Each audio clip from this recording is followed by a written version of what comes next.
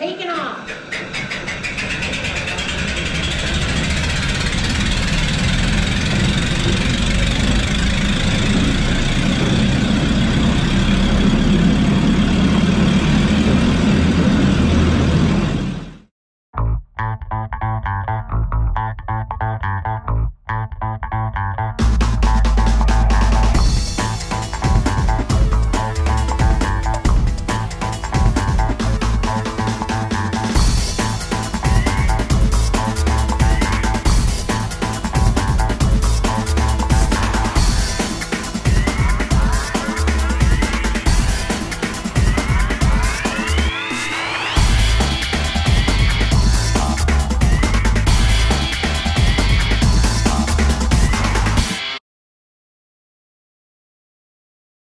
Down here.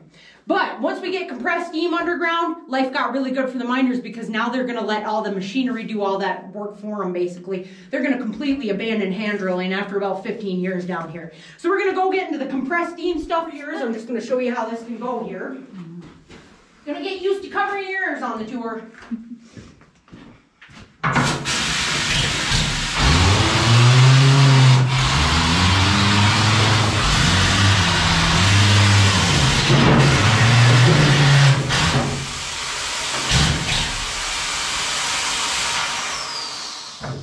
Yep, just making it easy for those boys because like I said, that job, when it's taking you an hour, hour and a half to do one of those, 5 minutes with this little pup right here.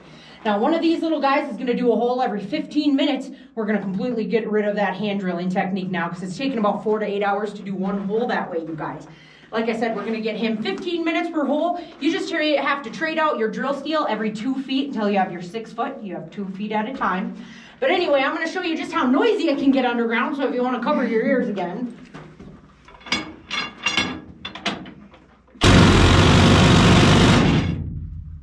This is before those boys ever had hearing protection. So if you could imagine, you'd be drilling down here all day, every day. Now, filtered cigarettes came out to this area, and we finally found out we could start, you know, they're smoking down here constantly. They found out they could rip off the butts of those cigarettes, put those in your ears. First form of hearing protection we had in Cripple Creek. At least in the mines. But anyway, you guys, this is kind of our standard pattern blast. When you would hear one of these go off, if you would actually be advancing through this round here today, your ears would hear one boom going off. But actually, milliseconds in between, there's going to be 5 different blasts that go off, you guys. First one to go off is going to be the burn in the middle. The second is going to be the box. The third are the ribs on the outer side. The fourth is the back. Now the fifth and most important, that's called the lifters, you guys. Those are placed at a 30-degree angle, and it's quite wonderful. It's going to take down all that crushed rock that was just crushed up milliseconds before with those other blasts. We're going to take that crushed rock and bank it off the back wall, off the ceiling, put it down here. Once they figured that out, we're not digging 12 to 14 tons of rock out of the side of the wall. So, like I said, once they figured that out, it got really fast for the boys. They could start going a little quicker. Probably doesn't look like a high-grade gold ore vein to you, but this is exactly how we're going to extract all our gold ore in this area. Now, do you see that little purple vein up there, how it runs at 75 to 85 degrees? That's how most of the gold ore in this area is going to run, you guys, at 75 to 85 degrees. Now, the reason being is 35 million years ago, we were a volcano that exploded. Now, when that happened, because we're such hard rock granite, we didn't completely break apart, we just fractured in areas. Now, in all those fractures, we had gold, silver. We're dubbed the 24 richest square miles on Earth for all the different minerals that came up and solidified in those cracks. Now, you guys, I don't know if we just dubbed ourselves that. I don't know where we got that name. But supposedly, I've read it in a bunch of other places, we're dubbed the 24 richest square miles on Earth for all the good stuff that came up in our cracks. So if you can see this little plank up there, if you guys can imagine, so if all of our gold ore runs at 75 to 85 degrees, we're going to have to follow that, you guys. This is what you're going to be standing on for your 8 to 12-hour shifts. All day, every day. You are drilling above your head now. Now, remember how we just advanced 6 feet at a time once we drill out our 24 holes? That's all we're doing like this. We're going 6 feet above our heads. We're going to drill those 24 holes, load those holes with dynamite. That's going to blast out, fall down onto a shelf. So now we're really just going to use gravity to extract all the gold ore veins for us. We're going to go up under them and start drilling out under them. But I'm going to show you how this slusher bucket runs right here. Instead of getting one of those big mucker buckets, that first piece of equipment we were using, every time you add one of those, you need ore cart rails, and you're going to have to add a steam line. Well, with one of these, you just need a steam line. So I'm going to show you how this runs here if you guys want to get close. But it is noisy, so you got a good idea there.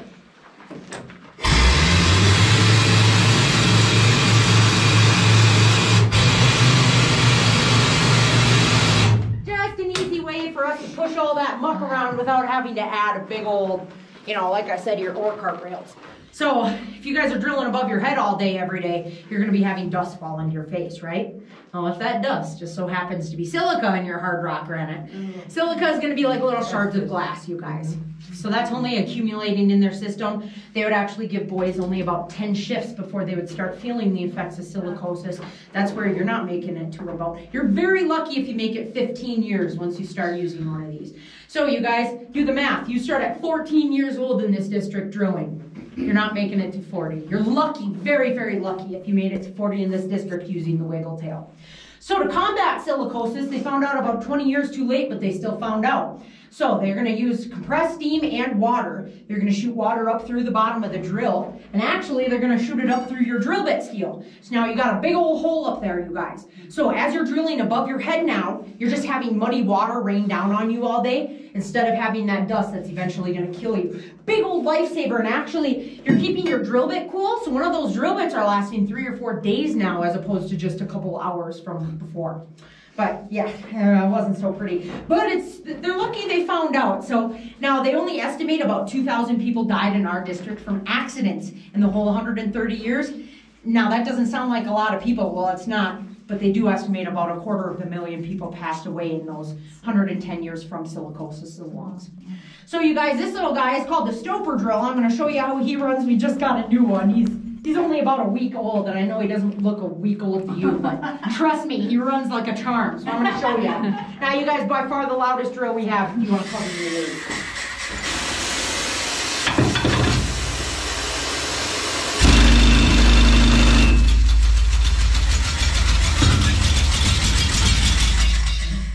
I just love him, sorry. The other one, if you would have been here last week, we would have spent 10 minutes in this room just fighting the Stoper drill, trying to show you how he works. But anyway, I'm going to bring you in the next room. This is the Queen Bess Stope. This is the largest stope on display in North America. So if we would have continued following that raise, as we were working upwards following a gold ore vein, if you add an ore chute, we're going to call it a stope. And this is the largest one on display in North America, guys.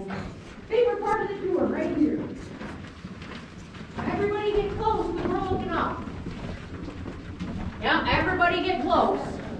So you guys, at one point, they followed this all the way through to the surface. And that big old green stalactite up there, that's copper, oxidizing copper. Yeah, if you go smell that chain down there, it actually smells a lot like an old penny. You see, it's always dripping down on this chain, you guys. They were ready to replace it this year, and I said, I'll quit if you replace that chain. That's so cool. But anyway, yep, we're looking up now, guys. So at one point, they broke through the surface following a gold ore vein all the way through here. This is the Queen Bess Stope. They had a large ore chute right here. We had to remove that for the tour just so you could see and look up in there. Now, do you see this gentleman up here? He's what we call a stope rat. He is the highest paid miner in the entire district, making about $4 a day, you guys. But he has one of those jobs, once he goes up for the day, he cannot come down even to use the restroom. So how the heck are you supposed to go to the bathroom way up there? Well, at the beginning of the day, they're going to give everybody a honey pot. Now, that's going to be an empty dynamite box that everybody can go to the bathroom in all day, every day. Now, here's where it gets kind of sad. So remember I said 14-year-old boys are working in Cripple Creek? Yeah, no, you're starting at 7 years old if you're a boy in Cripple Creek. For 50 cents a day up until you are 14 years old for 7 years, you're going to be climbing up here emptying out those honey pots all day, every day. As soon as you hit 14, you can graduate to drilling, which isn't so much better because remember, you're only getting about 10, 15 years to live after that. Yeah. Now, they would have entrusted the 7 to 14-year-old boys called nippers, I'm going to call them. They're going to entrust those boys to use this piece of equipment to bring up all that heavy equipment that they don't want to carry up themselves. Oh my. Yep, so if you guys want to cover your ears, I'm just going to show you how the tugger works.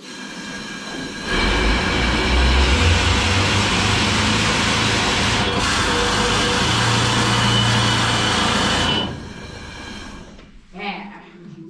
Okay, guys, so nobody stand up. It's going to take about 3 minutes to get to the next station here. Taking off.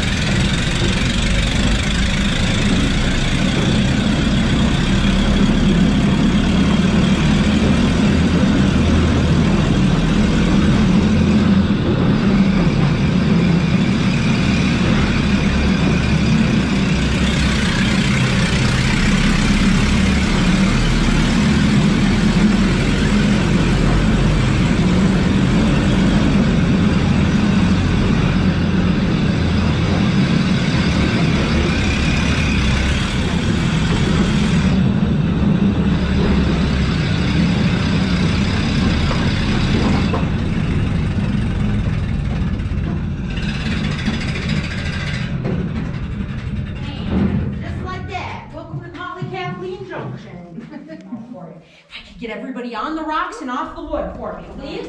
Now this isn't very noisy. You don't have to cover your ears, but you're more than welcome to. It's like a big copper plate.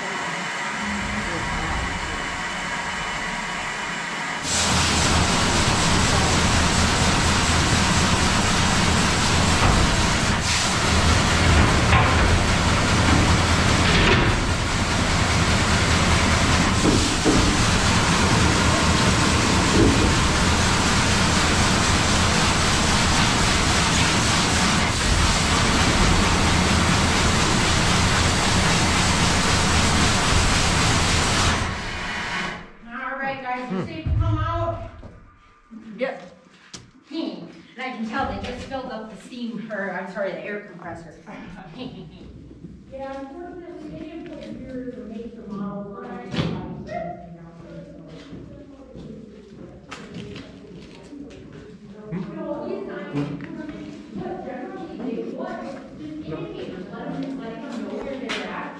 They wouldn't put signs up. Those are not the original ones. Right, but they got some way to know, like, if they were going the right way or the wrong way. Yep, and a lot of the times, they would actually just keep extending from the crosscut they were going from until they hit a World War base. So usually it was just one really long tunnel that they were going up and down.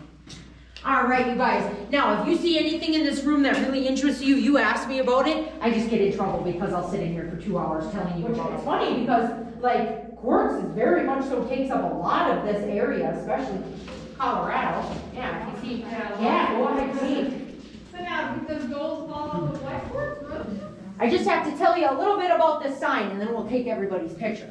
Now, when we came down on that skip, you guys, it's not like that's a regular elevator. You don't get in there and press a certain button that brings you to a certain level. There's a gentleman 1,000 feet away from us. If you guys saw that hoist house, there's a gentleman in there. He controls the way we go up and down.